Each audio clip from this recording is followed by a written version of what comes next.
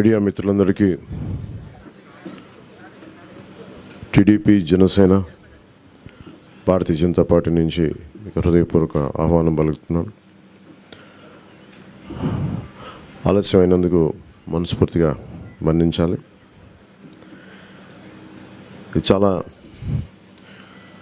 గత కొన్ని సంవత్సరాలుగా ఈ మేనిఫెస్టో ప్రజల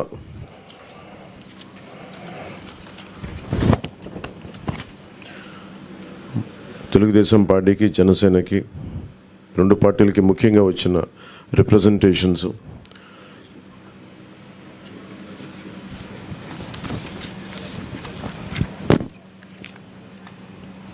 ముందుగా మేము మా ఉమ్మడి మేనిఫెస్టోని ఒకసారి చూపించి రిలీజ్ చేసిన తర్వాత మాట్లాడతాం.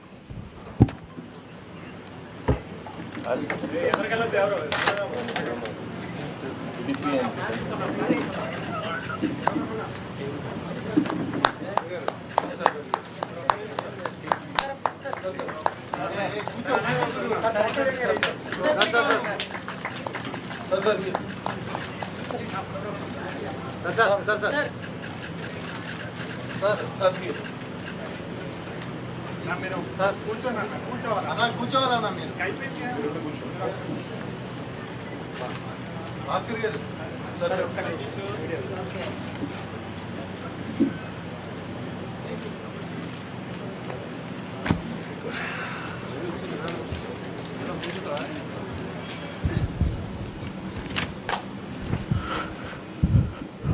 ఓకే. తెలుగుదేశం పార్టీకి, జనసేన పార్టీకి వారి యోగంలో వచ్చిన రిప్రజెంటేషన్స్, అలాగే జనవాణి కార్యక్రమంలో వచ్చిన వినతులు కానీ, ఆన్లైన్లో వచ్చిన సూచనలు కానీ, అందరికీ రెండు పార్టీలకు వచ్చిన సూచనలని క్రోడీకరించి ఈ మేనిఫెస్టో తయారు చేయడం జరిగింది. ముఖ్యంగా రాష్ట్ర ప్రజల నేటి అవసరాలను తీరుస్తూ రేపటి ఆకాంక్షలకు సాకారం చేసే ఈ మేనిఫెస్టోని కూటమి ప్రభుత్వం పరిశుభ్రంగా దీన్ని అమలు చేస్తుంది. దీంట్లో ముఖ్యమైన అంశాలు ఏమేమి తీసుకున్నామంటే, ఆంధ్రప్రదేశ్ ప్రజల భవిష్యత్తు ఆల్మోస్ట్ కత్తి మనపైన వేలాడుతూ ఉంది. ప్రపంచంలోనే అత్యంత శక్తివంతమైన తెలుగు జాతి నేడు ఆంధ్రప్రదేశ్ పరిస్థితిని చూసి తలదించుకుంటుంది. లూటీ కోసమే 13 లక్షల కోట్ల అప్పు చేసి రాష్ట్ర ఆర్థిక వ్యవస్థను దివాళా తీయించారు. గత 5 ఏళ్లుగా అన్ని రంగాల్లో రాష్ట్రం తిరోగామి దిశలో పయనిస్తున్నది. సమాజంలో ఎటు చూసినా అభద్రత, అశాంతి, హత్యలు, ఆత్మహత్యలు కనిపిస్తున్నాయి. ధరలు, పన్నులు, ఛార్జీలు, అప్పుల బాధుడితో ఒక్కో కుటుంబం పైన దాదాపు 8 లక్షల భారం మోపారు. 10 రూపాయలు ఇచ్చి 100 రూపాయలు కొట్టేస్తూ పొద్దున్నే పథకం కింద డబ్బులు ఇచ్చి సాయంత్రం సారా కింద పట్టుకెళ్ళిపోయే ఈ ప్రభుత్వం చేస్తూ ఉన్నారు. పట్టభద్రుల నిరుద్యోగంలో 24%, దేశంలోనే ఏపీ మొదటి స్థానంలో ఉంది. రైతుల ఆత్మహత్యల్లో 3వ స్థానంలో, 18 ఏళ్లలోపు బాలికలపై జరుగుతున్న అత్యాచారాల్లో 2వ స్థానంలో ఉంది. పోలవరం నదుల అనుసంధానాన్ని గోదాట్లో ముంచేశారు. సంపద సృష్టి, ఉపాధి కల్పన కేంద్రమైన ప్రజా రాజధాని అమరావతిని విధ్వంసం చేశారు.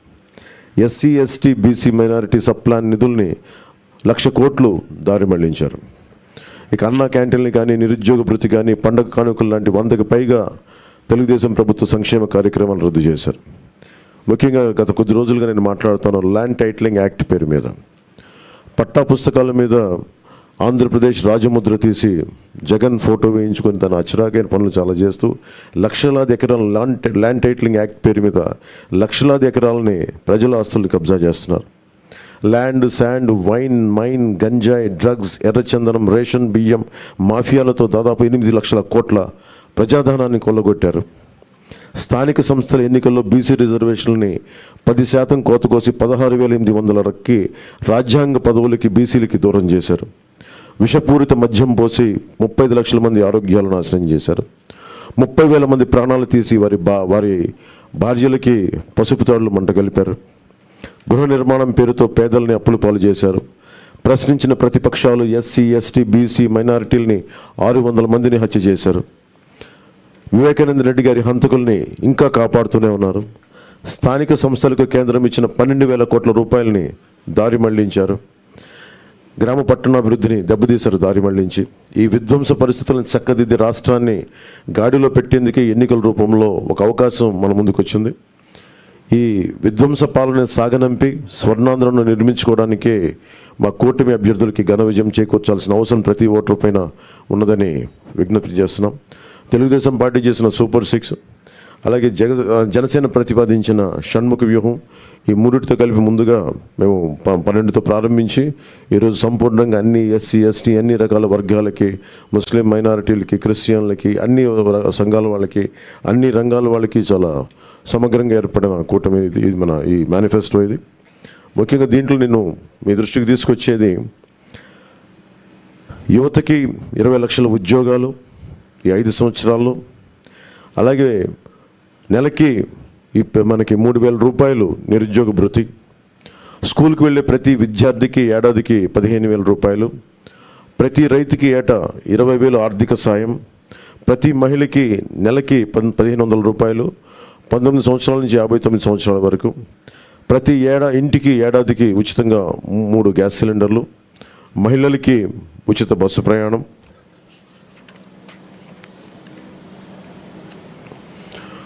మత్స్యకారులకు సంబంధించి సముద్ర వేట విరామ సమయంలో మత్స్యకారులకు 20,000 రూపాయల ఆర్థిక సాయం, జీవో2 2017ని రద్దు చేస్తాం, బోట్ల మరమ్మతులకు కానీ ఆధునిక కమ్యూనికేషన్లకు కానీ ఆర్థిక సాయం అందిస్తాం.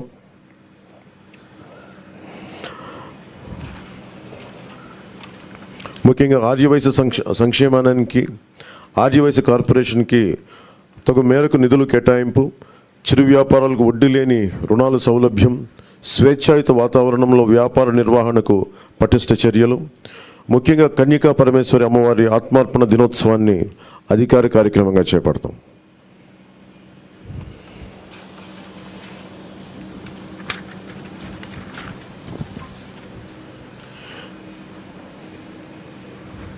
ఆక్వా రంగానికి సంబంధించి అవసరం ఉన్న జిల్లాల్లో 5,000 టన్నులు నిల్వ సామర్థ్యం కలిగిన కోల్డ్ స్టోరేజ్లు, అన్ని జోన్లో ఉన్నవారికి విద్యుత్ యూనిట్కి గతంలో లాగే ₹50 సరఫరా చేస్తాం, ట్రాన్స్ఫార్మర్ల ధర తగ్గిస్తాం, ఏవియేటర్లపై సబ్సిడీ అందిస్తాం.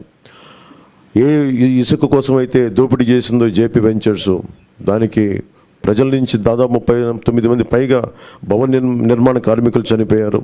మేమందరం వారికి అండగా ఉన్నందుకు ఈ రోజున వారికి సామాన్యులకి ఇసుక అందుబాటులో ఉండే విధంగా సమగ్రమైన ఇసుక విధానం, అలాగే ముఖ్యంగా విద్యార్థులకు సంబంధించి ఎయిడెడ్ కాలేజీలు, ప్రైవేట్ పీజీ విద్యార్థులకి ఫీజు రీయింబర్స్మెంట్ పునరుద్ధరిస్తాం, కాలేజీలకి రుసుము చెల్లించే సర్టిఫికేట్లు విద్యార్థులకు చిక్కులు లేకుండా చేస్తాం. ల్యాండ్ టైటిలింగ్ యాక్ట్ని రద్దు చేసి ప్రజలకి రక్షణ కల్పిస్తాం. మిగతావన్నీ చంద్రబాబు గారు తెలియజేసుకుంటారు. గౌరవ మాజీ ముఖ్యమంత్రి.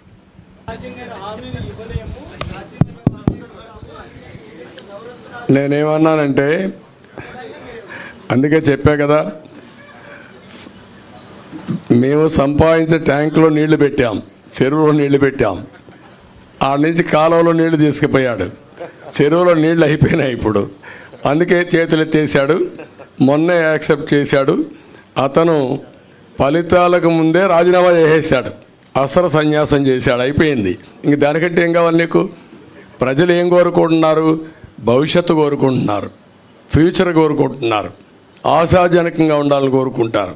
అలాంటిది ఏమీ చేయలేని చేతులెత్తేసిన తర్వాత 5 ఏళ్ల తర్వాత వ్యత్యాసం ఏముంది? ఏమి లేదు కదా. 5 ఏళ్లకు ముందు మేము అమ్మఒడి ఇచ్చా, ఇప్పుడు అమ్మఒడి ఇస్తా, 5 ఏళ్లకు ముందు నాన్నబుడ్డి పెట్టా, ఇప్పుడు నాన్నబుడ్డి ఉంటుంది, అంతే కదా. మరి ఎప్పుడు కూడా గుర్తుపెట్టుకోవాల్సింది aspirational India. What Modiji is talking, 2047 Viksit Bharat, India will be number 1, Indians will be number 1, పేదరికం లేని దేశంగా ఉండాలనేది ప్రగాఢమైన నమ్మకం మాకు.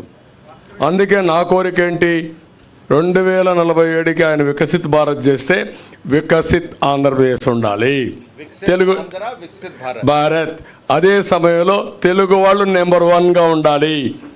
ఒక ఆంధ్రప్రదేశ్లో కాదు, ప్రపంచంలోనే తెలుగు వాళ్ళు నెంబర్ 1గా ఉండాలి. నా కోరిక, మోడీ గారి కోరిక, ఇండియన్స్ నెంబర్ 1గా ఉండాలనేది. ఈ రెండు కూడా ఒకటి ఐడియాలజీ. జగన్మోహన్ రెడ్డి కోరిక నార్త్ కొరియా చేయాలని. అదే ఆయన కోరిక.